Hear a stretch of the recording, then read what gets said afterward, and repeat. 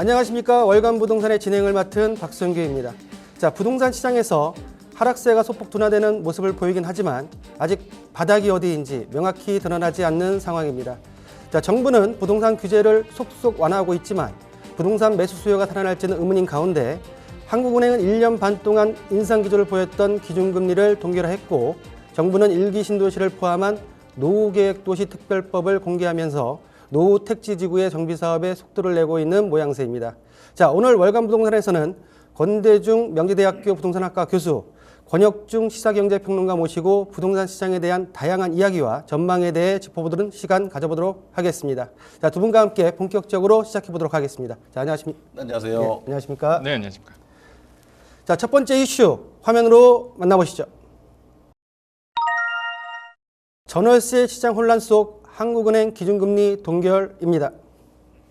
자, 2월 한국은행 금통위에서 기존 기준금리 3.5%포인트를 동결했습니다. 자, 평론가님. 네. 동결한 주요 내용들 그리고 배경이 어떤 게 있을까요? 일단 뭐 경기 침체 우려 속에서 이제 동결을 했다고 보시면 되겠습니다. 일단 4분기 우리나라의 경제 성장률이 이제는 역성장을 했었고요. 이번 연도 1분기도 지금 전망으로 보면은 이제 역성장을 이어갈 것으로 보고 있거든요. 그러다 보니까 침체 국면입니다. 그래서 아마 금통위가 아마 이렇게 생각했던 것 같아요. 한번 쉬고 가자. 지금 금리 인상을 급격하게 올렸기 때문에 이제 시장에 이 금리 인상의 영향을 살펴보고 그것을 한번 모니터링 해보고 한번 쉬어가자라는 의미로서 이제는 경기 침체로 인해서 동결을 했는데 소폭 본다 보면 좀 아쉬운 부분이 있습니다. 왜냐하면 이제는 FOMC 회의에서 3월 달에 열릴 텐데 3월 22일에 열리면 지금 미국 선물 시장에서 이제 빅스텝이냐 베이비스텝이냐 지금 빅스텝 얘기도 더 높아지고 있거든요. 왜냐하면 그만큼 인플레이션 압박이 미국에서 더 심화되고 있고 경기 위축이 계속적으로 이어질 것을 보고 있다 보니까 그때 아마 금리 미국에서 올린다 그러면 우리나라를 한번 쉬고 가기 때문에 금리의 격차가 더 벌어지게 됩니다. 그래서 조금 이번에 이제 동결이 됐던 것이 뭐 시장에서는 아쉬운 소리도 나오지만은 일단은 경기 침체에 대한 우려 부분 이런 부분이 이제 동결의 주요 원인이다 보시면 되겠습니다. 자, 2년 가까이 지속적으로 금리가 올랐습니다. 자, 최근에 이제 동결이 되면서 일시 정지가 됐다는 느낌이 드는데요. 우리 평론가는 얘기했지만 이제 3월 달 FOMC에서 금리를 올리게 되면 어떻게 될지 또 향방을 봐야 되는데 우리 교수님 같은 경우에는 금리에 대한 중요성을 굉장히 많이 말씀하셨어요. 네. 자, 그렇다고 하게 되면 현재 일시정지된 동결된 금리 과연 부동산 시장에 어떤 영향을 미칠지 어떻게 보십니까? 뭐 잠시 한 달간 쉬어간다고 봐야 돼요. 3월 달에는 저희 금토기가 없는데요. 저희도 4월 달에는 올리지 않겠나. 근데 금리가 올라가면 뭐 부동산 시장은 여전히 대출 금리도 올라가기 때문에 어려울 수밖에 없는데요. 제 생각에는 이번에 미국의 금리가 베이비 스텝이든 빅 스텝이든 아마 두세 번 정도 더 갈 가능성이 있어요. 물가를 잡지 못하고 있거든요. 미국의 금리 올리는 이유 첫 번째가 이제 물가 안정인데 물가가 지금 현재 6.4에서 거의 머무르고 있는 상태입니다. 그러면 3월 달에 빅 스텝을 간다면 우리는 베이비 스텝 정도 한 번 더 갈 가능성이 있고요. 한국은행 총재께서 말씀하신 것도 미국과 우리나라의 금리 차이가 1.25포인트까지는 뭐 무난하다고 했는데 그렇게 되면 1.5까지도 벌어질 가능성이 있어요. 그러면 우리도 베이비 스텝을 간다 하더라도 한 번에 그치지 않을 가능성이 있어서 부동산 시장에 미치는 영향은 아무리 정부가 대출 금리를 압박하고 규제를 완화한다 하더라도 이게 호재는 아니죠. 악재로 그냥 남을 가능성이 있습니다. 네. 자, 그러면은 우리 교수님 하나 더 여쭤볼게요. 금리가 동결되면서 어떻게 보면은 미국 금리를 따라갈 수밖에 없는 상황인데 환율 방어가 안 되지 않겠습니까? 지금 현재는 환율 안정세에 있습니다. 1,200원 후반대, 90원대 있는데요. 환율이 안정되면 우리가 베이비 스텝 갈 가능성이 있고요. 환율이 불안해지면 더 올릴 가능성이 있어요. 근데 아직은 물가가 좀 뒷받침 못하고 있거든요. 물가가 지금 굉장히 공공요금부터 올라가고 있기 때문에 그러면 이제 환율도 불안해질 수 있고요. 환율 시장의 변동성에 따라서 우리가 올라가는 금리 방법이 달라질 것 같아요. 네. 자, 그러면 환율 방어에 있어서 안정적이지만은 추이를 봐야 된다라고 말씀을 하셨는데 환율이 또 오른다고 하게 되면 아까 말씀드렸던 경기 침체에 대한 어떤 위험도 있지 않겠습니까? 그렇죠. 네, 그럼 경기 침체, 환율의 어떤 상승 등 했을 때 요즘 분위기로서는 뭐 부동산 시장의 거래가 일어나면서 바닥을 찍었다라는 의견도 있는데 어떻게 보십니까? 저는 아직은 좀 시기상조가 아닐까 생각을 해보는데 아까 교수님께서 말씀하신 것처럼 이제 금리의 상승의 기조는 역시나 남아 있습니다. 이번에 이제는 금통위에서 그 이제 동결을 했을 때에 이제 금통위원들이 이제 총재까지 포함해서 총 7명이거든요. 총재 빼고 6명인데 그 중에서 5명 이상이 금리 상승의 여력은 남아 있다. 한마디로 이제는 더 올릴 가능성이 있다라고 얘기한 것처럼 앞으로 금리 상승에 대한 부분은 충분히 남아 있습니다. 그럼 부동산 입장에서 보면 아직 바닥을 찍었다라고 얘기는 어렵죠. 왜냐하면 금리가 상승되면 아무래도 부동산 시장에 악영향을 줄 수 있기 때문에 이런 점에서 사실 아직은 뭐 바닥론은 시기상조일 것 같고요. 그다음에 이제 환율 자체도 이제 문제인데 일단은 아까 말씀하신 것처럼 환율이 오르게 되면은 이제는 수입 물가가 높아지게 됩니다. 수입 물가가 높아지면 물가 자체가 또 높아지거든요. 그러면 금통위에서 한국은행에서 또 금리를 높일 수 있는 여력이 또 생겨요. 또 생각할 수밖에 없기 때문에 아직은 금리의 영향에서 벗어나기엔 좀 힘든 부동산 시장이 아닐까. 그래서 바닥론은 좀 너무 시기상조다라고 생각을 해봅니다. 우리 교수님도 부동산 뭐 시그널 지금 현재 바닥론은 그 부정적일 것 같고요. 자, 그러면 지금 현재 지금 아까 금리 말씀하셨는데 금리가 현재 지금 다음 달 계속 가면서 현재 3.5% 많은 금융 전문가들이 3.5% 아니면은 3.75%를 상단으로 봤었어요. 그 이상으로도 갈 수 있는 어떤 저는 그 이상도 예측 가능하다고 봐요. 근데 문제는 금리가 상승될 때 지난번에도 말씀드렸지만은 부동산 시장에 미치는 영향이 아주 길지는 않아요.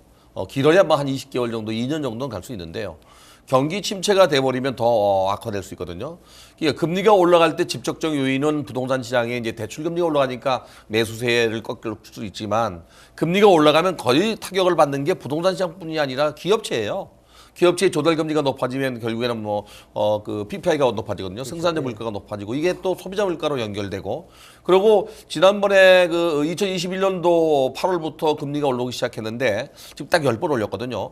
지금까지의 그 대출 형태를 보면 주택담보대출은 급격하게 떨어져서 줄어들었어요. 그런데 오히려 기업 대출은 굉장히 가파르게 올라가고 있거든요. 기업이 어렵다는 얘기거든요. 그래서 기업이 어려워서 경기가 만약에 침체되거나 어려워지면 대출 금리에 관계없이 집안 사거든요. 살기 어렵잖아요. 그래서 저는 지금 바닥론이라고 얘기하는 건 너무 시기상조고요. 부동산 시장에서 금리 변동에 따르는 상승과 하락을 볼 때 꼭지점이 어디냐, 상승의 꼭지점이 어디냐 볼 때는 금리를 올린대 하고 나서 4개월 후예요. 이게 이제 2021년도 7, 8월 달에부터 금리를 올렸는데 사실 서울의 강남지의 꼭지점은 그게 10월, 11월 달이었거든요. 네. 그리고 2022년도 2월부터 전반적으로 부동산 가격이 하락했어요. 마지막 서울의 서초구가 7월 달인가 하락했죠. 그런데 문제는 바닥을 이야기하려면 금리가 떨어지는 신호를 줘야 됩니다. 근데 금리가 떨어진다 그러면 그때부터 매물을 걷어들이거나 그 또 대출이 이루어지기 때문에 아무래도 금리가 떨어진다는 신호가 있지 않는 한은 바닥론을 이야기하기는 이르다. 네, 이르다. 자, 바닥론을 얘기하기는 이른 상황인데 현재 지금 소폭이지만 네. 거래량이 지금 증가했다는 통계 자료가 나오고 있습니다. 최근 그 인터넷에 그 나와 있는 뭐 그 인터넷을 주로 하고 있는 뱅크, 은행들 보게 되면 3%대 후반도 나온 상태에서 거래량이 좀 늘어나고 있는데 네네. 자, 과연 지금 수도권의 아파트 거래량이 늘어나는 이 신호 네. 어떤 그 반전 신호탄이라고 볼 수 있을까요? 그러니까 이게 약간 괴리감이 있는 겁니다. 이게 전국으로 본다 그러면 1월에 주택 매매량이 한 2만 5천호 가구가 됐었는데 이게 전달보다 9.9% 줄은 거고요. 이게 또 지난해 같은 달보다 38% 줄었고 5년 평균 1월 달 기준으로 봤을 때도 63% 사실 준 거거든요. 그러니까 전국으로 본다 그러면 거래량이 줄었는데 약간 미미하지만 그래도 서울 수도권 같은 경우는 거래량이 좀 늘어나고 있는 게 있습니다. 1월 달에. 실제적으로 좀 조사를 해봤더니 한 1월 달에 한 7천 건 이상으로 좀 서울 수도권에서 거래량이 될 것으로 지금 보고 있는데 이게 약간 이제 소폭 증가되고 있는 추세를 보이거든요. 그런 거 본다 그러면 전체적인 전국 거래량은 줄고 있으나 이제 서울이나 수도권에서 소폭 상승하고 있다라고 이제 볼 수가 있겠고요. 이런 점을 봤을 때 좀 유의미한 어떤 분위기도 좀 느껴진다. 그래서 지금 아무래도 정부가 내고 있는 정책들, 그다음에 부동산을 살리기 위한 정책들이 어느 정도 서울이나 수도권의 매수 심리를 어떤 자극하고 있다라고 좀 반증을 해보거든요. 이런 부분들이 미묘하게 좀 감지가 되고 있다. 하지만 전반적인 거래라든지 이제 거래량들은 줄고 있는 거는 뭐 팩트라고 말씀을 드립니다. 자, 우리 교수님 현 정부에서는 지금 거래량을 살리기 위해서 그 안간힘을 쓰고 있지 않습니까? 또 거기에 또 우리 교수님도 일목 어느 정도의 지금 그 영향을 지금 지고 있는 걸로 제가 알고 있는데 현재 지금 그 유주택자와 무주택자 사이에서의 갈등, 또 어떻게 보면 바라보는 동상이몽의 시선들, 유주택자 같은 경우에는 어떤 거래 활성화를 굉장히 1순위로 지금 보고 있는 반면에 무주택자 같은 경우는 안정화라고 하지만은 더 또 떨어져야 되는 거 아니냐라고 하는 그 양면성이죠. 양면성이죠. 네, 네. 이런 어떤 그 분위기 속에서 정책을 어떤 만드는 사람들이 굉장히 혼란스러울 텐데 그런 상황에서 어떤 정책이 좀 더 효과적이라고 보십니까? 그래서 이제 정부가 경착륙보다 연착륙을 원하는 거거든요. 주택 가격이 높다는 것은 뭐 정책 당국자들도 전부 다 알고 있습니다. 근데 이게 급격하게 떨어지면 이제 시장에 미치는 영향이 크다 보니까 서서히 떨어져서 안정화되길 바라는데 그 과정에 지금 뭐 고민하는 여러 가지 카드를 많이 만지고 있습니다. 지금까지 나온 대책들도 규제 완화는 뭐 다 내놨지만 미분양 주택이 이제 늘고 있기 때문에 미분양 주택도 지금 당장 내놓을 시기는 아니라고 보지만 이제 그 미분양 주택도 지금 계획은 잡고 있어요. 예를 들면은 악성 미분양이 지금 한 7,500가구 정도 되는데요. 이 악성 미분양도 저도 회의에 가서 이제 똑같은 말을 했는데 악성 미분양을 정부가 매입하는 게 과연 옳은 일인가? 매입한다면 어떤 기준을 삼을 것인가? 그래서 제가 조언한 거는 이제 지방 물량부터 매입을 하고 면적과 금액을 상한선을 둬라. 그리고 실소유자 중심으로 분양 시장에 미분양 시장에 대책을 세워야 되지 않느냐. 이제까지 미분양 대책을 내놓은 거 보면요.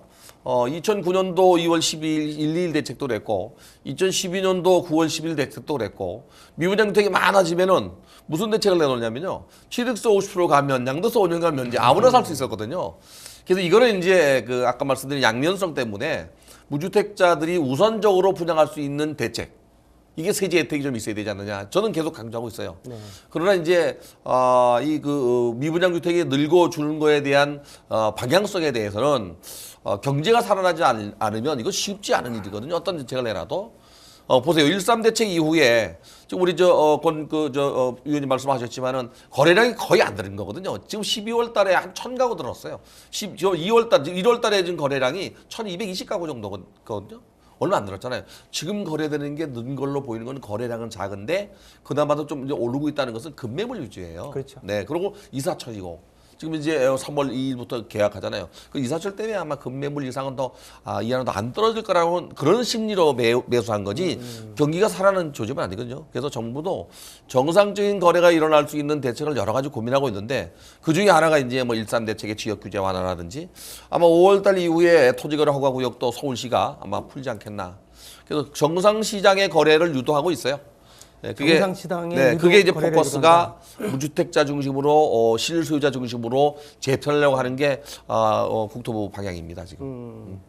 자, 지금 급매물 거의 뭐 20, 30%, 30, 40% 떨어진 매물들을 실수요자가 지금 매수하고 있는 모양새인데 과연 더 떨어질 위험성은 없을까요? 저는 더 떨어질 가능성은 충분히 남아있다고 저는 생각을 해보거든요. 지금 일단은 만약에 더 매수하신 분들 같은 경우는 말씀하신 것처럼 정말 실수요자거든요. 일단은 이제는 급매라고 생각했기 때문에 이제는 그거에 대해서 이제는 자기가 실수요자로서 집에 들어가야 되기 때문에 들어가시는 분들이고 지금의 만약에 투자 목적이라든지 아니면 조금 더 기다릴 수 있는 분들 같은 경우에는 오히려 더 기다리고 있다. 관망세가 더 많아졌다라고 좀 볼 수가 있습니다. 그래서 지금에서 뭐 실수요자 이외에 투자 목적으로 들어가기에는 약간 이른감이 좀 있지 않나 이렇게 생각을 해보겠고 이런 점들을 이제는 주의 깊게 좀 보셔야 되겠다고 말씀을 드립니다. 알겠습니다. 일단 여기까지 일단은 그 매매에 대한 걸 좀 얘기를 해봤고요. 현재 지금 서울권의 자가 비율이 43%에서 50%가 채 안 됩니다. 자가주택 보유율이 국토부 자료는 49%입니다. 예, 49%. 50%가 좀 안 되고 전체적으로 전국적으로는 50%가 좀 넘는 걸로 한 60%가 좀 안 되는 걸로 나오는데 자 그러면은 지금 50%가 넘는 인원의 서울권 수도권 인원들이 전월세를 살고 있는 거거든요. 그렇죠. 전월세를. 그 상황에서 현재 뭐 우리 평론가는 말하기 단어가 틀렸다고 했던 그 뭐야 전세왕이라고 하나요? 아니면 네네. 네. 그리고 전세가 그리고 뭐 요즘에는 건축왕까지 나오는 상황인데 현재 지금 이 역전세난 집값이 떨어지면서 보증금 그대로 있고 역전세난이 굉장히 심화되고 있습니다. 자 전월세 시장 어떻게 보십니까? 서울의 전세가 비율이 51.2%대입니다. 2월달 기준으로 KB 자료인데요. 이 그 전세 가격은 2년 동안 계약하잖아요. 그러니까 예를 들어서 5억짜리 주택의 전세가 4억이면 4억이 2년 동안 묶여 있는 겁니다. 근데 5억의 아파트는 금리 상승으로 4억 8천, 4억 6천 떨어지잖아요, 이렇게. 그렇죠. 그래서 나중에 이제 매매 가격과 전세 가격이 좁아지거나 비슷해지면 역전세가 더 나는 건데요. 역전세를 막기 위한 방법 중에 하나가 3월 2일부터 정부가 그 전세 보증금을 대출해주는 제도를 풀어놨어요. 3월 2일부터. 그러니까 아직 며칠 남았죠. 3월 2일 만약에 이제 전세금을 돌려주기 위해서 이 대출을 풀어놨는데 문제가 있어요. DSR은 그냥 적용합니다. 이게 빚 좋은 게 살고가 될 수도 있어요. 물론 이제 자기 소득이 있어서 그걸 내주면 좋은데 그렇지 않으면 전세 가격과 매매 가격이 좁아진 걸 해결할 수 있는 방법은 없어요. 그래서 정부가 이제까지 내놓은 대책들, 작년 9월 1일이나 재작년에 내놓은 대책이나 또 최근에 내놓은 대책들을 보면 전부 사후적 대책이에요. 전세 사고가 나면은 그걸 방어할 수 있는 대책. 사전적 대책이라고 그러면은 임차인이 임대인에 대해서 국세나 지방세 체납이 있는지 또는 뭐 등기부등본상의 손수지가 얼마나 있는지 이거를 확인할 수 있는 것밖에 없는데 과연 임차인들 10명 중에서 그거를 확인하고 분석할 수 있는 사람이 얼마나 있겠는가. 그래서 제가 이제 국토부에다 얘기한 게 이러한 권리를 개업공인중개사한테 줘라. 거기는 대가를 지불하면 되거든요. 뭐 정보료가 수수료니까 좀 더 올려주더라도 또는 뭐 출장비를 주더라도 이거를 확인할 수 있는 거를 개업공인중개사한테 주고 잘못했을 때 그만큼 또 책임을 물으면 되거든요. 이게 사전적 대책이 다예요. 그래서 전세 보증금 반환 보증 제도에 가입하는 게 역시 마찬가지로 계약서를 마무리 지어야만 갖다 주고 얼마 그 보호받을 수 있는지 알아서 이걸 사전적 대책으로 바꾸라고 제가 계속 얘기하고 있는 거거든요.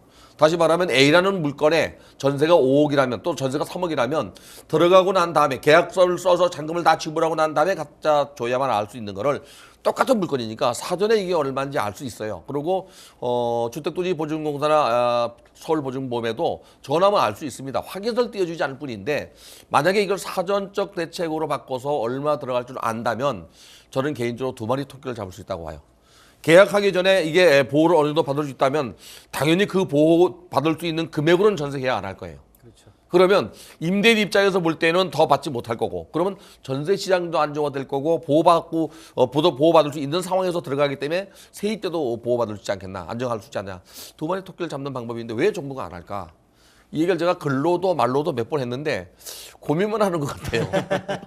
그래서 사실은 이제 역전세가 나타났을 때 가장 좋은 대체 방법은 누구나 거의 가입하는 건데 문제가 또 한 가지 있어요. 임대사업자 등록을 내면 75%에 대한 그 보증료를 임대인이 내야 돼요. 그러니까 대부분 그 자동차 보험처럼 보험은 피보험자가 보호받기 위해서 제가 가입하는 건데 이 임대인이 내는 게 좀 불합리해서 이것도 한 5대5로 내리고 해서 좀 가입을 촉진해야 되지 않나. 지난해 연말까지 그 허그 주택도시 보증공사가 전세 보증금 반환 보증을 해준 게 1조 2천억이나 됩니다. 그래서 이걸 좀 낮출 방법은 그거밖에 없는 것 같아요. 그러니까 지금 전세 시장이 좀 아이러닉한 게, 그러니까 보통 우리가 매매 시장 떨어지면 전세가 인기가 많아지잖아요. 그렇죠. 아무래도 이제 관망세로 가니까. 근데 지금은 매매나 전세나 지금 다 떨어진 상태거든요. 그러니까 지금 보면은 KB 국민은행 자료에 따르면 서울 아파트 전세가율이 51%로 조사가 됐거든요. 그러니까 전세가율은 계속적으로 좀 떨어지고 있습니다. 그러니까 전세가가 계속 떨어지다 보니까 그럼 갭 투자해서 들어가신 분들은 거의 못 들어가는 거죠. 지금 상황으로 그렇죠. 본다 그러면. 그러니까 뭐 전세가나 매매가나 지금 다 동반 하락하고 있는 상황이다 보니까 지금 상황에서 만약에 갭 투자 들어가신 분들 굉장히 위험한 거죠. 그러니까 왜냐하면 젊으신 분들 중에서 아직도 미련을 못 버리신 분들이 굉장히 많습니다, 지금. 예, 근데 그걸 빨리 버리셔야 된다는 거예요. 지금 통계를 차트를 보면은 지금 그런 시장이 아니라는 거를 다시 한번 좀 말씀드리겠고, 혹시나 그런 생각이 있으신 분들은 조금 더 공부를 하셔야 된다라고 다시 한번 좀 말씀드립니다. 향후에 그 전월세 시장을 예측해 보면 지금 월세가 이 대출보다 전환율이 낮아요. 그러다 보니까 월세로 몰려서 월세가 오히려 올라가고 있어요, 지금. 그렇죠. 그래서 오히려 낮아진 전세가 비율 때문에 전세가 또 늘어나고 있어요. 그래서 전세는 없어지지 않는다. 단지 이제 금리 변동에 따라서 월세 전세가 시소 게임 하는 거 아닌가. 그래서 향후에 전세는 오히려 전세가율이 낮은 상태에서는 좀 늘어날 가능성이 있고요. 월세가 오히려 금리가 떨어지면 적어질 가능성이 있습니다. 알겠습니다. 자, 첫 번째 이슈부터 굉장히 그 적극적인 말씀을 주셔가지고 감사드리고요. 자, 전반적으로 전월세 시장까지 첫 번째 이슈를 다뤄봤습니다. 자, 월세 시장 혼란 속에서 기준금리 동결에 대해 살펴봤고요. 두 번째 이슈 화면으로 만나보시겠습니다. 미분양 쌓이는데 분양가는 오르고 악순환에 깊어지는 침체의 늪입니다. 최근 부동산 시장에서 가장 문제가 되는 부분이 미분양일 텐데요. 자, 지방에 이어서 수도권까지 미분양 사태가 벌어지고 있습니다. 네. 자, 현재 얼마만큼 심각한 수준인지 한번 네. 말씀해 주시죠. 일단 1월 말 기준으로 봤을 때에 이제 7만 5천 호 가구가 이제 미분양으로 조사가 됐습니다. 실제 이제 정부가 위험순위로 정했던 게 6만 가구거든요. 이걸 훌쩍 뛰어넘었고요. 그러다 보니까 지금 시장에서도 미분양 물량 주택이 이제는 주요 아젠다로 자리 잡았고, 이 수치를 본다 그러면 전달보다 한 10.6% 늘어난 수치고요. 이게 2013년도 1월 달 이후, 그러니까 10년 만에 최대치입니다. 그러니까 미분양 물량이 지금 건설사에 악재로 작용하고 있죠. 왜냐하면 건설사 입장에서는 분양을 해서 사실 이제는 돈을 이제 수익화하는데, 뭐 분양이 안 되다 보니까 건설사들에 대한 PF 대출에 대한 부실화가 이제는 커질 수밖에 없고, 그러다 보니까 정부가 계속적으로 이제 부동산 완화 정책을 내놓고 있는데, 시장에서 금리 압박 때문에 사실 그것도 녹록지 않은 상황이다 보시면 되겠고요.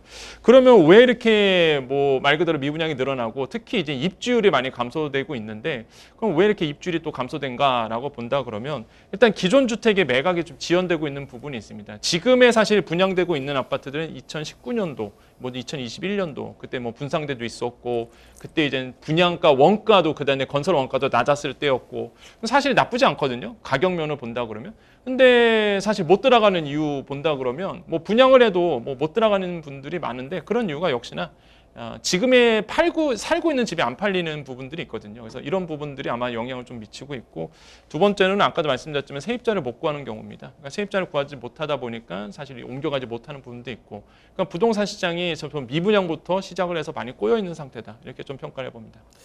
자, 미분양의 전반적인 어떤 내용을 좀 봤는데요, 교수님. 현재 지금 부동산 시장에서 미분양 사태가 가장 큰 어떤 화두의 정도에 지금 나서서 있고요.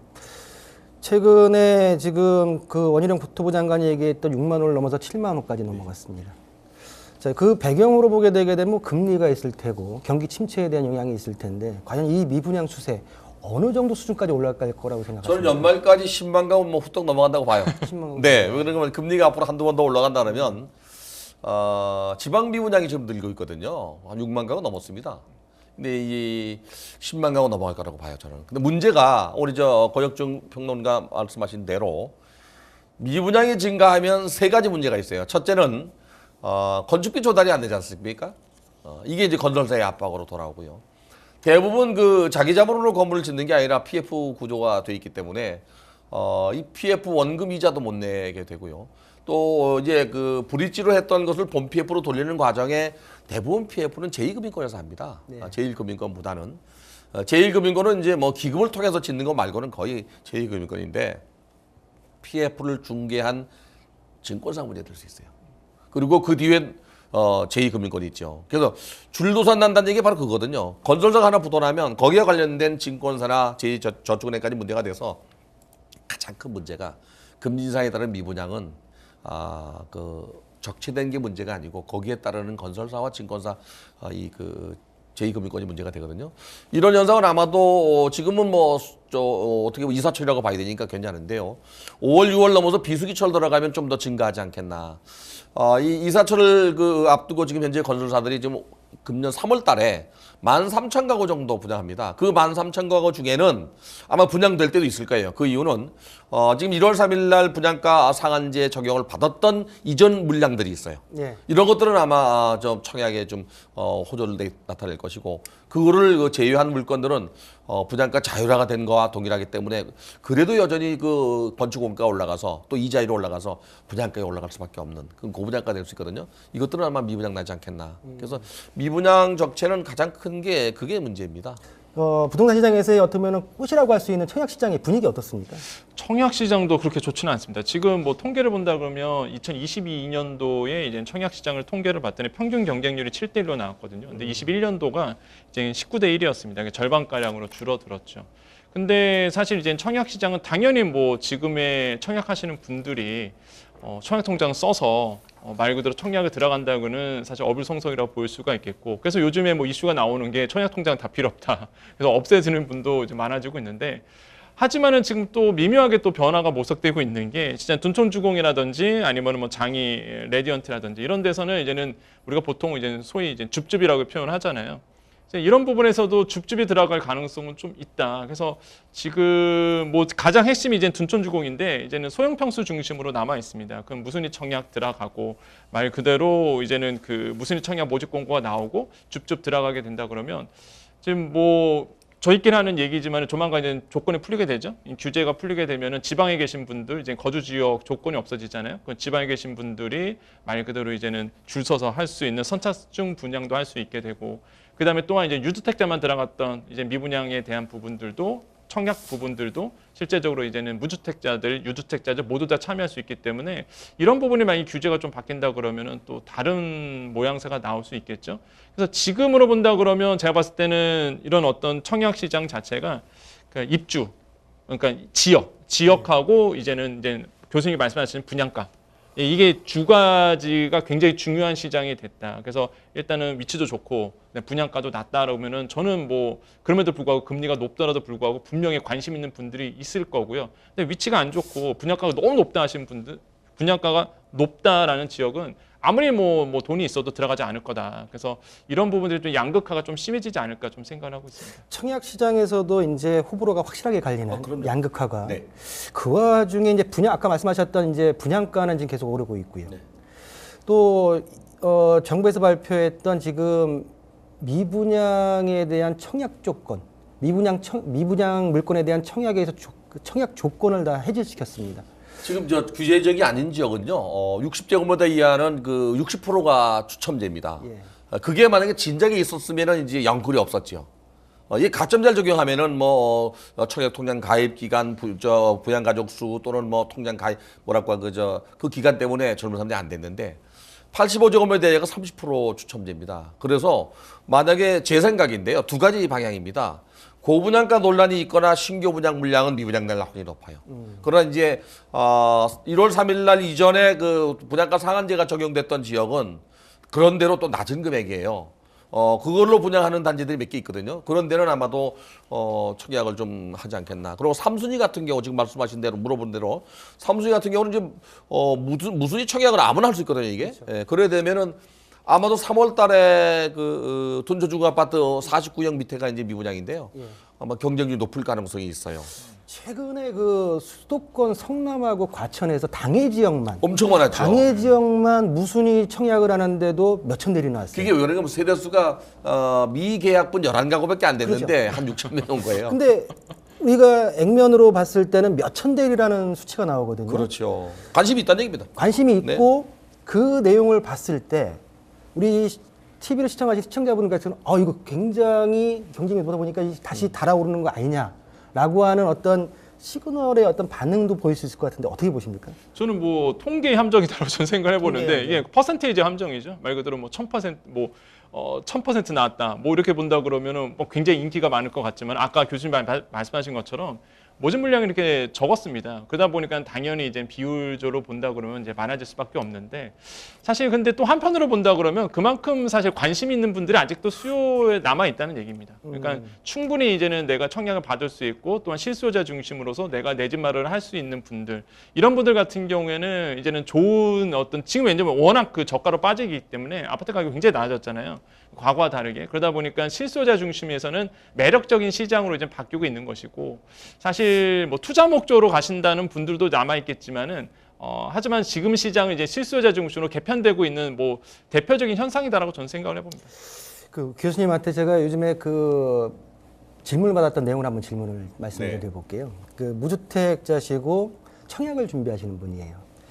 일단 그 4인 가족의 가장이신데 최근에 그 미분양 그 청약 조건 완화에 대해서 경기가 안 좋으니까 전국적으로 푸는 그거는 어느 정도 이해를 하는데 유주택자까지 그거를 같이 경쟁하는 거는 좀 안 맞지 않느냐. 청약에 있어서 1순위, 2순위가 있듯이 전체는 푼다 하더라도 당해에 대한 거는 푸는 거는 인정하지만은 유주택자까지 같이 경쟁하는 거는 무주택자들의 혜택을 형평성이 어긋나지 않느냐라고 하는 얘기를 했는데 어떻게 생각하십니까? 저는 거기에 동의할 것 같아요. 청약을 통해서 지금까지 그 분양할 때는 이제 무주택자 중심으로 갔잖아요. 예. 이걸 다 풀어버리는 거는 이제 경쟁률은 높아질 수 있지만 무주택자에게 불리할 수 있거든요. 그래서 저는 그 청약 시장에 이제 이 미분양이 쌓이는 것 때문에 정부가 그런 대책을 내놓는 거에 대해서는 뭐 이해가 갑니다. 그러나 이제 1순위자 같은 경우는 순수하게 무주택자가 가야 되고 2순위부터는 뭐 1가구 2주택자, 유주택자가 가도 될 것 같고요. 특히 미분양 주택을 분양할 때는 실수요자 중심 무주택자가 가는 게 맞습니다. 그렇죠. 저는 이 시청자분들께 지금 그 미분양 주택을 얘기하는 과정에 팁을 드린다면 분양가 상한제가 적용된 지역은 정상적인 주택 가격이 한 80% 이하입니다. 제가 분양가 심의위원장을 여러 번 하기 때문에 제가 드리는 말씀인데 분양이 미분양 나거나 또 분양하는 주택은 난 지금이라도 들어가도 괜찮다고 봐요. 왜 그런가 하면 계약금만 내고 2년, 3년 동안 이자만 내면 이자도 안 내는 데가 있어요. 그렇죠. 그리고 2, 3년 후에 주택시장은 분명히 지금보다 좋아질 거라고 본다면 그때 가서는 경쟁률이 높아지고 어려워질 수 있어요. 그래서 신규 물량을 분양받는 사람들은 지역에 따라서 또 분양가 상한제 적용 여부에 따라서 분양을 들어가도 저는 괜찮다고 봐요. 단지 이제 이전 수요 같은 경우 사서 이전하는 사람들은 아직 아니라고 봐요. 그래서 이건 잘 골라야 될 것 같고 지금 현재 이 규제적이 해제됐다 하더라도 청약 통계는 아까 말씀드린 대로 추첨제가 60제곱미터 되는 60%가 남아 있고요. 그 다음에 이제 85제곱미터 이하가 30% 추첨제가 남아 있어서 여기에 올라타면 되거든요. 여기는 추첨제이기 때문에 가점제가 아니에요. 그래서 서울시에 이번에 분양하는 물량이 꽤 됩니다. 은평구, 용산구, 동대문 있고 돼 있는데 좀 늦어볼 필요가 있고요. 아주 어려운 사람들은 강동 고덕에 지금 토지 임대부 주택을 SH가 분양합니다. 이것도 뭐 한 1,300가구가 넘는데 장기적으로 볼 때에는 주택이라는 게 소유의 개념이 아니고 거주의 개념이 된다면 그것도 나쁘지 않을 것 같아요. 좋은 점이 하나 있어요. 이번에 들어가는 경우에는 건물은 내 소유고 토지는 국가 소유잖아요. 서울시 소유인데 이 토지에 대해서 월 임대료가 한 50만 원 정도 되는데 이걸 일시에 전세금처럼 낼 수 있어요. 그래서 이것도 좋은 정보일 수 있습니다. 그래서 지금 미분양 주택이 늘고 있지만 지역에 따라서 잘 고르면 분양가 상한제가 적용되는 지역이나 또는 뭐 무이자가 이제 나타날 수 있거든요. 그런 거를 고른다면 2, 3년 후를 내다보고 투자할 수 있지 않겠나. 현재 교수님께서는 지금 나와 있는 정책에 있어서의 어떤 시청자분들한테 팁을 주셨고, 자 그러면 우리 지금 이슈 두 번째 시간에서 가장 키워드라고 할 수 있을 텐데요. 미분양 아파트에 대한 사태를 해소하기 위한 어떤 대책이 과연 합리적이고 적당한지 어떻게 보십니까, 우리 교수님? 윤 대통령께서는 이제 미분양 주택이 늘어나는 경우는 이제 대책을 세워라 또 매입해라라고 지시하셨는데 사실 원희룡 장관이 이걸 부정적으로 보고 있습니다. 그래서 지금 정부의 계획을 확정된 건 아니니까 제가 말씀드리긴 뭐한데 미분양 주택 매입을 미분양 주택이라고 매입하는 것보다는 LH가 지금 현재 임대주택을 공급하고 있는데 이 부분에 대해서 연간 계획을 세워서 매입할 계획을 잡고 있습니다. 제가 회의를 몇 번 했는데 이제 아직 이번 주 또 회의를 하는데 이제 설정하는 기준이 있습니다. 지방 물량부터 매입을 해야 되고 면적과 금액이 이제 제한되어 있는데 아직은 악성 미분양 중심으로 매입하기 때문에 7,500가구 정도밖에 안 됩니다. 그래서 미분양 주택 해소책은 이제 매입과 관련된 건 그렇게 이제 정책을 방향을 잡는 것 같고요. 세대수는 생각보다 연간 계획이니까 많아요. 그리고 이제 분양 중 미분양이 지금 이제 늘어나고 있잖아요. 이게 한 7만 5천 가구 되는데 여기에 대한 대책은 향후에 이제 좀 더 늘어나게 되면 대책을 아마 세제 완화 쪽이나 또는 뭐 실수요 중심으로 재편하면서 정책을 내놓지 않겠나. 이제 아직은 거기에 대해서 깊이 있게 회의를 안 했어요. 근데 미분양 주택 중에서도 악성 미분양 우선 회의를 했는데 최근에 LH에서 매입했던 서울권의 악성 미분양 그렇게 수유도, 금액으로는 매입 안 하겠죠? 네, 그렇죠. 수유동 같은 경우는 이제 너무 고가로 매입했다고 지금 문제가 많은데요. 그거는 이제 오랫동안 미분양된 거를 협상하는 과정에 또 감정평가 가격이 높게 평가된 것도 문제가 돼서 지금 감정평가협회에 지금 이제 윤리교육을 강화하고 있습니다. 물론 제가 또 강의를 합니다. 윤리교육에 대해서. 그런데 감정평가사 전국에 4,473명이 개업을 하고 있는데 그중에 다 똑같이 이렇게 공적평가제도는 공인평가제도로 지키는 사람들이 없다고 봐야 되거든요. 그래서 일부가 인천의 미추홀구의 고분양가 논란이나 또 수유동의 고분양가 매입 논란이 바로 이제 그런 데서 나타나기 때문에 아마 이번에는 철저하게 검증하는데 그 과정의 하나가 지금까지는 매입 임대주택이나 매입주택 같은 경우는 LH가 감정평가 의뢰하고 소유자가 의뢰했어요. 이 소유자가 의뢰하는 거를 막는 방법으로 지금 추진하고 있습니다. 그래서 소유자가 가격을 오르고 내리게 이렇게 부탁하는 일 없이 공정하게 평가하는 걸로 감정평가 협회에서 평가하는 걸로 지금 추진하고 있습니다. 국민들의 세금을 가지고 매입하는 거기 때문에 누구나 상식적으로 이해할 수 있는 정책이 펴질 수 있도록 교수님께서 많은 좋은 이번에 말씀 가장 큰 게 그거예요. 감정평가 자체를 임대인이나 매입자나 또는 건축주가 못하게 제가 막았는데 일단 받아들여진 것 같아요. 그게 가장 큰 것 같아요. 알겠습니다. 그게 공정의 평가에서 금액을 안정화 시킬 수 있거든요. 자, 두 번째 이슈로 미분양 사태에 따른 부동산 시장에 대해서 살펴봤습니다. 자, 마지막 이슈 화면으로 만나보시죠. 파격 담은 노후계획도시 특별법 주택시장 영향은입니다. 자, 1기 신도시 특별법을 명칭을 달리해서 노후계획도시 특별법이라고 나왔습니다. 그 내용 어떤 의미가 있는지 한번 짚어주시죠. 저는 뭐 그 노후 계획도시 특별법 하면은 이제 실내의 남자 원희룡 이런 표현을 쓰거든요. 왜냐면 약속을 지켰다 이런 좀 표현을 쓰는데 어쨌든 간에 일단 이번에 나왔던 게 이제 노후 계획 특별법입니다. 그러니까 일명 우리가 1기 신도시 특별법 이렇게 부르는데 근데 사실 1기 신도시에만 적용되진 않죠. 말 그대로 아까 얘기했던 것처럼 노후 계획 도시거든요. 말 그대로 그 택지 조성 사업 완료 후 20년 이상 경관 100만 제곱미터 이상의 택지가 이제 여기에 적용이 됩니다. 그렇게 된다 그러면 뭐 재건축이라든지 이런 부분에서 이제 완화 정책도 혜택을 또 받을 수가 있게 되고 그러면 1기 신도시만 이 부분에 특별법으로 포함되느냐 그렇지 않다는 거죠. 노후 계획이 노 토지다 보니까 뭐 목동이나 상계, 중계, 개포, 고덕, 신내, 수서지구 이런 지구도 여기에 이제 포함될 수 있게 되고 또한 서울 수도권 외로 본다 그러면 인천 뭐 연수라든지 이제 포일, 수원 영통지구까지 사실 포함이 됩니다. 그래서 제가 봤을 때는 엄청난 저는 큰 변화가 모색된다. 물론 뭐 장기죠. 굉장히 장기적인 계획이지만 그래도 일단은 과거보다는 크게 변화된 모습. 그래서 뭐 재건축에 대한 기간도 20년을 줄다 보니까 말 그대로 뭐 엄청난 전 혜택이라 볼 수가 있고요. 지금 뭐 시장에서 되게 발빠르게 움직이고 있더라고요. 뭐 일산 같은 경우에도 주민 설명회도 열리고 그러면서 지금 뭐 1기 신도시 중심으로 해서 굉장히 좀 발빠르게 움직이고 있고 뭐 용적률도 마찬가지고 그래서 제가 봤을 땐 큰 어떤 혜택이지 않을까 좀 생각을 해봅니다. 자, 그 기대반 시장에서는 이제 기대 반 우려 반의 목소리가 큽니다. 네. 내용을 그 보면 20년이라는 게 나와 있어요. 그러니까 우리가 원희룡 지금 현재 국토부 장관이 현 여당의 그 당대표 선거를 2010년인가 나갔을 때 그때 재건축 연한을 30년으로 줄이겠다라고 했던 얘기가 기억이 나거든요. 그때는 그 전에 40년, 박근혜 정부 때까지도 40년이었다가 이제 30년으로 줄고 최근에 이제 노후 특별법이 나오면서 20년으로 이제 나이가 나왔는데 과연 이 20년에 대한 게 지금 시점에서 나오는 게 맞는 건지 어떻게 보십니까? 그 재건축 연한은 그 법으로 정한 게 아니고요. 시행령으로 정해놨기 때문에 또 그 시행령 기초로 또 그 조례로 정해놓은 게 있어서 서울 30년이지만 그동안 부산은 25년이었어요. 또 인천도 그렇고 그래서 지역에 따라 다릅니다. 근데 이번에 이제 국토부가 20년 정도로 이렇게 책정한 것은 택지개발 촉진법으로 진행됐던 지역이 이 노후불량해지면서 이 주거 시설도 점점 고급화 첨단화 기능화로 가잖아요. 여기에 발맞춰서 소유자들이 원하면 할 수 있게 만들어 주겠다는 게 취지인 게 같고요.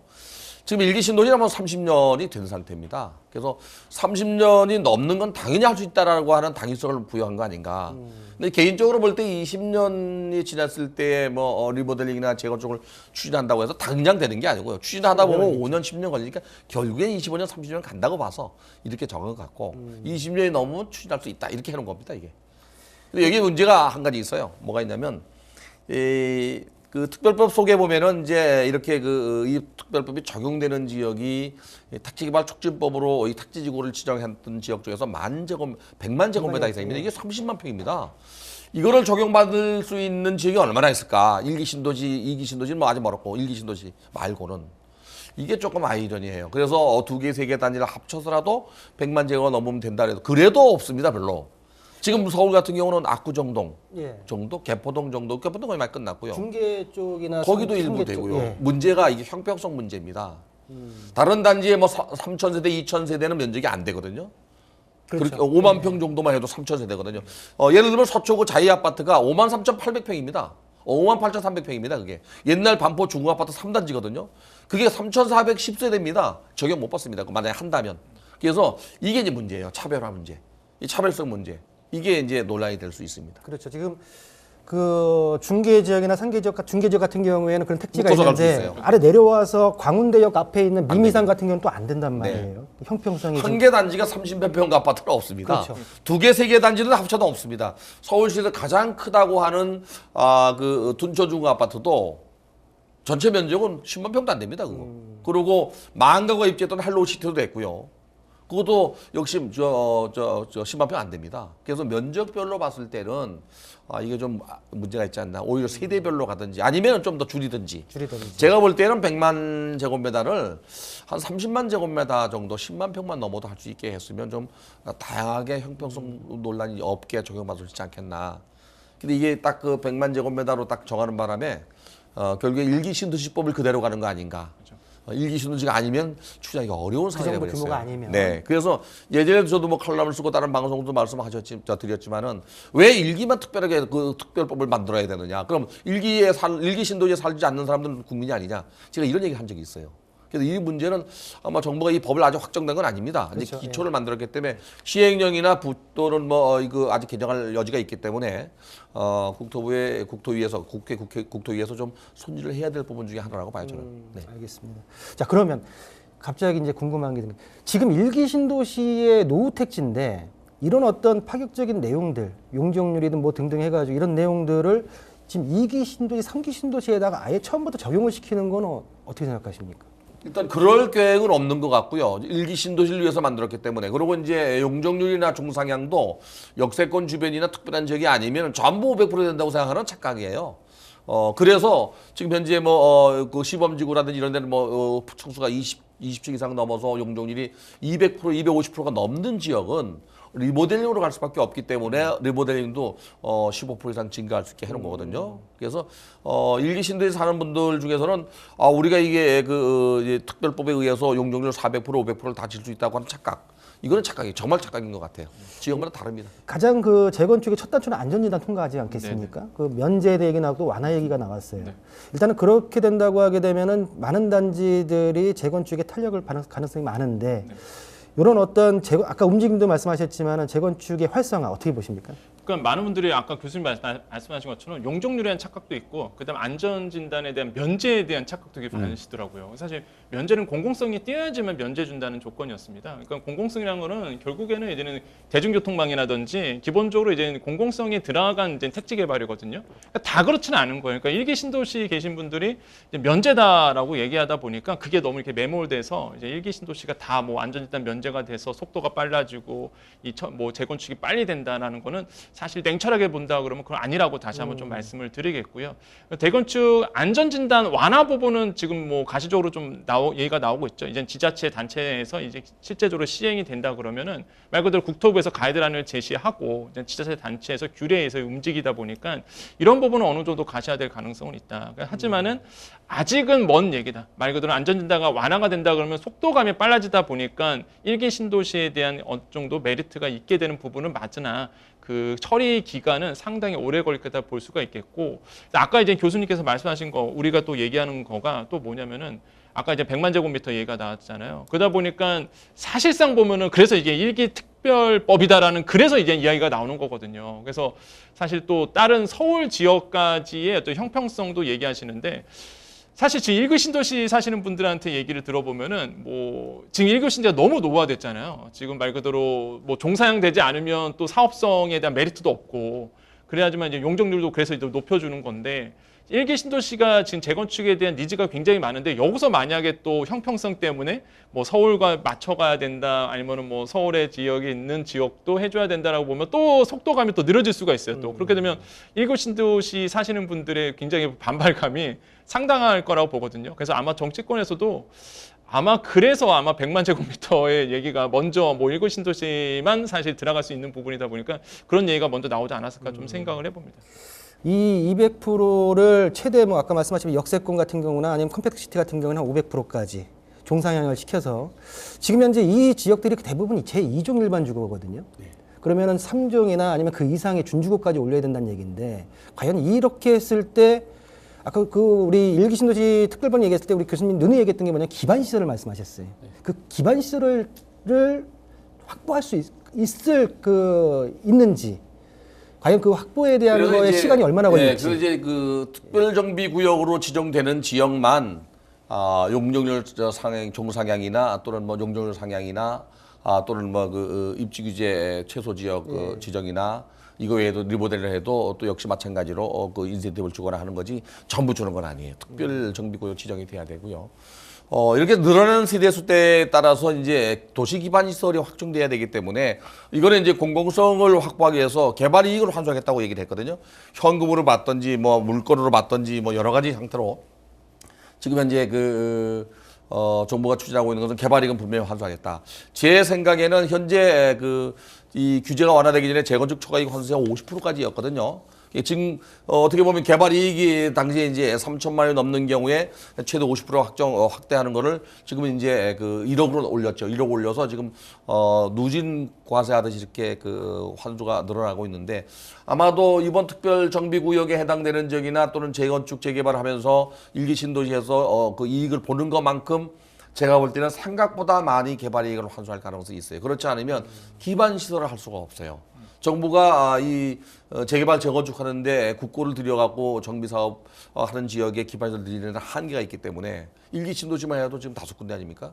그래서 또 그 이외의 지역도 있을 수 있고 지방도 있을 수 있거든요. 그래서 아마도 개발 이익 환수를 좀 더 많이 하지 않겠나. 그래야 된다 그러면은 기반 시설 어느 정도 확충되면 문제는 없을 거라고 봐요. 문제는 이제 계획이기 때문에 늘어나는 세대수만큼 기반 시설도 확충할 거라고 봐요. 저는 요번에 그 용적률 상향이 저는 굉장히 잘 나왔다고 좀 보거든요. 왜냐면 일기 신도시가 사업성이 없었던 게 지금도 2종이잖아요. 그러니까 한 뭐 18층 뭐 이런 것들 지었단 말이에요. 근데 이제는 위로 쌓을 수가 없다 보니까 더 이상 재건축 들어가면 그래서 이제 건설사들이 뛰어들지 않았었거든요. 적극적이지 않았었죠.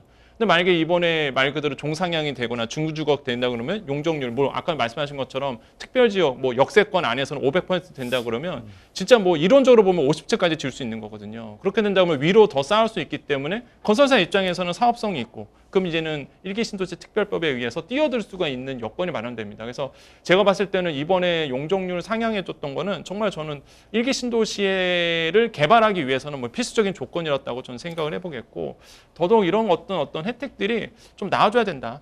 좀 이렇게 생각을 해봅니다. 그러니까 용적률과 안전진단 통과에 대한 거는 어떤 주된 핵심이고요. 또 네. 그에 따라서 이 지금 1기 신도시, 5기 신도시의 세대수만 하더라도 30만 가구가 가까워요. 그렇죠. 네. 29만 가구가 넘는데 그럼 뭐 순차적으로 진행은 하겠지만은 이주 대책이 또 수립이 되지 네. 않겠습니까? 네, 맞습니다. 그 이주 대책에 대한 요건은 어떻게 보십니까? 그러니까 이제 이주 대책이 가장 큰 문제입니다. 왜 그러냐면 거기에 사신 분들이 일단은 순식간에 다 나오셔야 되는데 그러면 이제 전세가에 대한 불안감이 또 높아질 수밖에 없어요. 대부분이 이제는 재건축 들어간다 그러면 멀리 안 가십니다. 그 근방으로 다 이사하시거든요. 그럼 그 근방에 있는 이제는 주택의 이제 전세가가 들썩이게 되는 부분이 있다 보니까 그래서 이제 지자체 단체장과 이제 원희룡 장관이 만났을 때 나왔던 것이 이주 대책에 대한 문제. 그래서 이제는 순차적으로 이주를 할 수 있게끔 한다 이런 부분이었는데 근데 여기서 이제 논란이 하나가 나옵니다. 그게 뭐냐면은 한 지자체 단체에서 그런 그린벨트 풀어줘라. 거기에 이제는 거기에 사신 분들 원도심에 사시는 분들이 이제 이주할 수 있게끔 그린벨트 안에다가 뭐 이동 주택을 짓는다든지 이렇게 하겠다라고 이제 요구한 부분이 있는데 그건 이제는 사실 약간 너무 앞서갔다라고 이제 비판을 받고 있죠. 그럴 정도로 사실 이주 대책에 대한 문제가 생길 수밖에 없습니다. 그래서 현실적으로 나오고 있는 게 신속한 이주 단지를 조성하는 부분, 그다음에 두 번째로는 순환형 주택 공급이라고 해서 말 그대로 부분 쪼개는 거죠. 먼저 이쪽 지역이 먼저 재건축 들어가면 이쪽 지역에 먼저 이제는 이주할 수 있는 공간 만들고 거 끝나면 또 다른 지역에서 거주하면 이분들이 나가서 들어가고 입주하고 이분들이 또 다시 이 지역에 오고 해서 순환형 주택을 지어서 이주 대책을 마련한다. 이런 어떤 큰 가이드라인은 나온 상태다. 그래서 이주 주택이 이제 나오져야지만 사실 일기 신도시에 대한 뭐 재건축이라든지 리모델링이 이제 가능해진다고 좀 말씀드립니다. 자, 그러면 이제 그 재건축이 끝나고 나서 아까 뭐 개발 환수가 많을 것 같다라고 말씀하셨는데 네. 초과 이익에 대한 환수 어느 선까지 해야지 적정성이 좀 확보가 될까요? 일단 초과이익 환수는 어쩔 수 없는 부분이라 보여집니다. 왜냐하면 이제 공공성을 확보하려면 초과이익 환수는 일어날 수밖에 없다라고 볼 수가 있겠고요. 다만 이제 지역 간의 형평성을 좀 고려해서 기반 시설에 대한 재투자가 좀 이루어져야 되는 부분이라고 보시면 되겠고, 제가 봤을 때는 뭐 기여금을 좀 많이 내지 않을까 좀 생각을 하거든요. 그러니까 SOC 자본이죠. 그러니까 사회 간접 자본에 대한 기여금을 초과 이후 환수로 해서 많이 내서 같은 지역에 골고루 발전할 수 있는 지역으로 아마 그런 식으로 아마 초과 이후 환수가 되지 않을까라고 생각을 해보겠고, 이런 부분에서 아마 이번에 그 일기 신도시 특별법 아니면은 노후주택 특별법의 가장 큰 이슈는 제가 봤을 때는 이 초과 이익 환수를 어떻게 공공성을 끊어내느냐가 아마 주요 아마 사업의 판단의 기준이 될 것이다, 이렇게 생각을 해봅니다.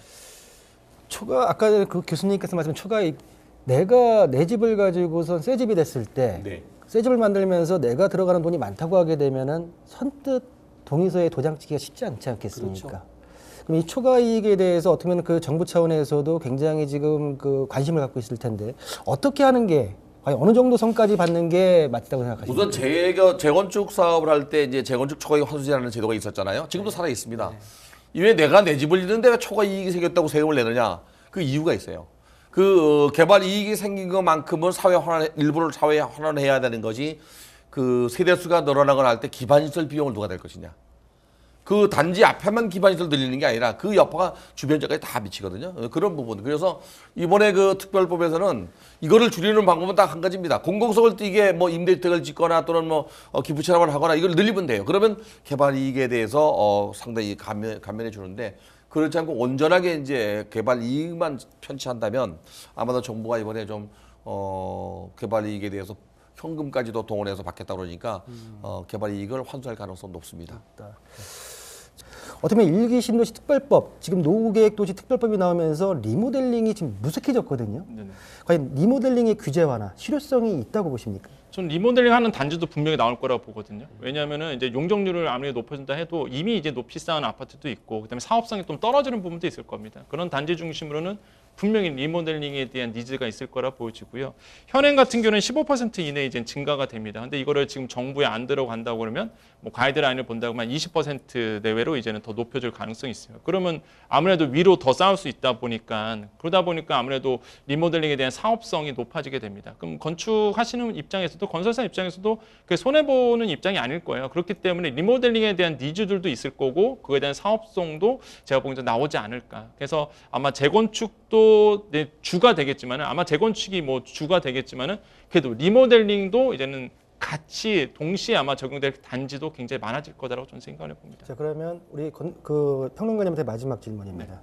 지금 이런 어떤 그 1.3 대책 이후에, 그리고 이제 정비 사업으로서 지금 노후계획도시 특별법이 지금 현재 시장에 어떻게 긍정적인 거래 활성화에 영향을 굉장히 많이 미칠 수 있는지 어떻게 보십니까? 저는 긍정적이다라고 보여집니다. 왜 그러냐면 아까도 말씀드렸지만은, 일단은 지금 일산이라든지 분당 쪽에서 주민설명회가 열리고 있는 부분을 본다 그러면 거기에 원주민들이 관심이 굉장히 많으시고요. 또 한 가지 이제 노후주택입니다. 말 그대로 뭐 일산이나 분당 가보시면 아시겠지만은 굉장히 그 아파트 자체가 이제 노후된 상태거든요. 그거에 대한 기본적인 재건축이 이루어져야 되는 니즈들도 많으시고, 그래서 지금 시장에서는 어느 정도 관심들 갖고 있고요. 근데 이게 그러니까 일기 신도시 특별법이 아까도 자꾸 말씀드리지만 이게 단기간에 이루어지는 게 절대 아니거든요. 말 그대로 정말 10년 내다보고 하는 사업이기다 보니까, 뭐 지금에 와서 뭐 지금 부동산 시장을 들썩일 수 있다, 지금 부동산 시장에 대해서 다시 한번 연착륙 정착륙 하고 있는데 이거를 다시 한번 불쏘시개 역할을 할 수 있다는 거는 저는 우려라고 보여집니다. 어차피 장기 과정이다 보니까. 그래서 지금 추진을 해야 정말로 필요할 때 이제는 재건축에 들어갈 수 있기 때문에, 저는 오히려 지금 타이밍에 이제는 이런 특별법이 나왔다는 것은 긍정적이라 볼 수 있겠고요. 지금의 뭐 연착륙 상태로 가야 되는 정부의 입장에서 본다 그러면 뭐 좋은 정책 중에 하나지 않았을까라고 저는 생각을 해봅니다. 이 대책이 현 시장에 어떤 영향을 미칠지 우리 평론가와 그 같은 생각이신지 한번. 저도 뭐 시의적절하게 대책을 내놨다고 봐요. 그리고 윤 대통령의 후보 시절 내놨던 그 약속을 지키는 거 아닌가. 우선 이거 두 가지로 말씀드리면, 하나는 리모델링 사업 같은 경우는 이미 그 건설사가 포기하는 사태가 많이 벌어지고 있어요. 용적률을 더 이상 올리지 못하거나 올리는 것도 미비해서 뭐 실효성이 없는 경우는 어쩔 수 없이 리모델링을 가야 돼요. 리모델링은 건축법상 대수순에 해당됩니다. 근데 이제 단지 환경을 바꿀 수가 없기 때문에 악조건이고요. 기존 아파트를 만약에 재건축할 때 좌우로 증축이 안 됩니다. 전으로 증축이 되니까 귀형적 주택이 되고요. 뼈대를 놔두고 지어야 되기 때문에 건축비가 생각보다 많이 올라가고요. 또 짓고 나서도 나중에 사후에 미래 가치가 재건축보다 단지 환경이 변하지가 않기 때문에 떨어집니다. 그래서 아마 금리도 올라가고 원자재값이 올라가서 모 건설사는 지금 뭐 군포 저 아파트라든지 또는 송동구 신동 아파트 다 포기한 상태예요. 그래서 일기 신도시 특별법으로 적용되는 이 지역은 어쩔 수 없이 가야 될 부분이 있어요. 그런 부분은 뭐 어리버리를 갈 거고, 재건축 사업 같은 경우는 단지 환경을 완전히 새롭게 뒤잡는 사업이기 때문에 이번 법에 의해서 당장 사업이 일어나는 건 아니잖아요. 향후에 5년, 10년 후에 이루어질 수도 있고요. 더 늘어날 수도 있습니다. 그러나 시적절하게 이 법을 내놓고 지금부터 주민 동의를 받아가면서 사업을 추진하는 단지가 늘어나지 않겠나. 그렇다면 주거 환경을 개선하는 차원에서 지금 현재 있는 도시민축 환경 정비법 적용보다는 좀 더 활성화시킬 수 있는 법이기 때문에 저는 이 법이 뭐 시적절하게 긍정적으로 생각하고 있습니다. 그럼 교수님, 이 지금 법은 국회를 통과해야 될 법이죠? 그렇죠. 네. 그래서 이제 제가 아까 말씀드린 대로 100만 제곱미터 이상의 그 택지구를 구하기는 어렵지 않나. 애당초 처음부터 일기 신도시 특별법을 만들 때 전문가들도 그랬고 저도 그랬고 시장에서는 왜 일기만 특별법이냐라는 얘기를 했거든요. 그래서 그 이외에 뭐 세대수가 뭐 3,000세대, 5,000세대 되는 아파트도 많고 또 지역이 상당히 큰 지역도 많아서 일기 신도시법과 유사하게 적용할 수 있는 법이 또 하나 이렇게 개정되거나 만들어지거나 또는 뭐 해야 되지 않나는 게 제 개인적인 생각입니다. 그렇게 되면 노후불량 주택이 새로운 환경으로 바꿔주는 주거환경 개선 차원에서 좀 도시가 변하지 않겠나. 네. 쾌적한 환경을 위해서는 일단은 발표도 했지만 법 개정이 우선일 것 같습니다. 근데 우선 야당에서 크게 반대할 이유는 없을 것 같아요. 단지 이제 20년까지 발목 잡을 수 있어요. 20년에 네. 것 같아요. 이게 경제적 손실도 크지 않느냐라고 얘기할 수 있거든요. 그렇죠. 20년 돼도 깨끗한 아파트 많아요. 뭐 간단하게 수리해서 살 수 있는데 이걸 홀고 다니시는 건 경제적 부담이 크기 때문에 이거 말고는 그 야당에서 크게 발목 잡을 건 없을 것 같아요. 네. 어차피 뭐 내년에 총선에 있기 때문에 그 지역구를 갖고 있는 분들 같은 경우는 그래도 야당 여당을 떠나가지고도 신도시의 지역구는요 여당이 한두 명밖에 없어요. 다 야당이. 야당이. 네. 통과는 국회 통과는 뭐 가능하리라 보여집니다. 그러니까 이게 놀라운 게 아까 제가 주민 설명회 했잖아요. 거기 제가 말씀 안 드린 게 이제 말이 나와서 말씀드리면 거기에 이제 정치인들이 많이 오십니다 또. 그래서 참 그런 거 보면 참 아이러닉하죠. 그래서 그런 거 보면은 이제 주민 설명회 보면 정치인들 올 이유는 없거든요. 근데 거기에 다 참여하세요. 사실 보면은 다 와 있고 인사하고 이러거든요. 그런 거 봤을 때 아무래도 이 특별법이 아마 그 정치권에 또 총선에 영향을 크게 미칠 수 있는 요소라고 마지막으로 보시는 재미난 거죠. 얘기 하나 할까요? 예. 옛날에 모래시계를 위해 또 홍준표 대구시장이 처음 국회의원을 그 잠실서 했어요. 잠실 재건축하겠다고 내걸어갖고 당선된 거예요. 그게. 그러니까 아마 이번에 이 특별법 자체가 정치적 이슈도 있기 때문에 그렇게 무시하게 부결시켜내지 못할 것 같아요. 네. 정치인들은 정치인들대로 가장 중요한 거는 정책이 과연 서민들에게 가장 큰 영향을 미치기를 바라면서 자, 이상으로 월간 부동산 저희가 준비한 내용은 여기까지입니다. 자, 오늘 다양한 도움 말씀을 전해주신 권대중 교수님과 권혁중 평론가님과는 여기서 인사 나누도록 하겠습니다. 자, 감사합니다. 고맙습니다. 네. 자, 저희 프로그램은 토마토 집통 홈페이지에서 무료로 다시 보기 할 수 있습니다. 자, 시청자 의견도 남길 수 있으니 많은 의견 남겨주시길 바라겠습니다. 저희는 다음 이 시간에 새로운 부동산 소식으로 찾아오겠습니다. 자, 함께해 주신 여러분 감사합니다.